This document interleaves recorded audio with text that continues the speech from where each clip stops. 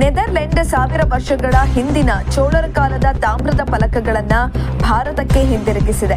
ಇದು ಭಾರತದ ರಾಜತಾಂತ್ರಿಕ ವ್ಯವಸ್ಥೆಗೆ ಸಂದ ಜಯ ಅಂತ ಬಣ್ಣಿಸಲಾಗ್ತಾ ಇದೆ. 18ನೇ ಶತಮಾನದಲ್ಲಿ ನಾಗಪಟ್ಟಣಂ ಡಚ್ ನಿಯಂತ್ರಣದಲ್ಲಿತ್ತು.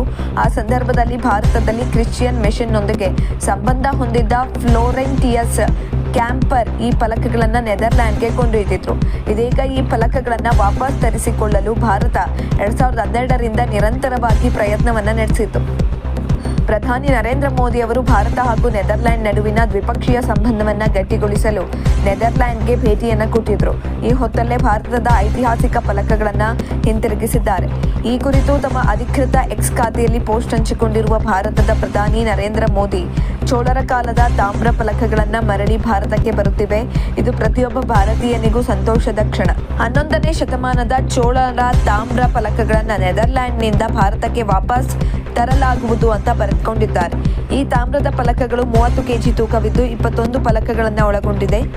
ಅವುಗಳನ್ನು ರಾಜ ಚೋಳ ಮುದ್ರೆಯನ್ನ ಹೊಂದಿರುವ ಕಂಚಿನ ಉಂಗುರದಿಂದ ಜೋಡಿಸಲಾಗಿದೆ.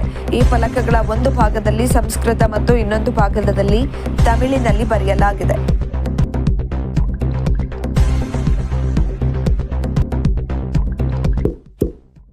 ಇಂತಹ ಇನ್ನಷ್ಟು ವಿಡಿಯೋಗಳಿಗಾಗಿ ಲೈಕ್ ಮಾಡಿ, ಫಾಲೋ ಮಾಡಿ, ಶೇರ್ ಮಾಡಿ.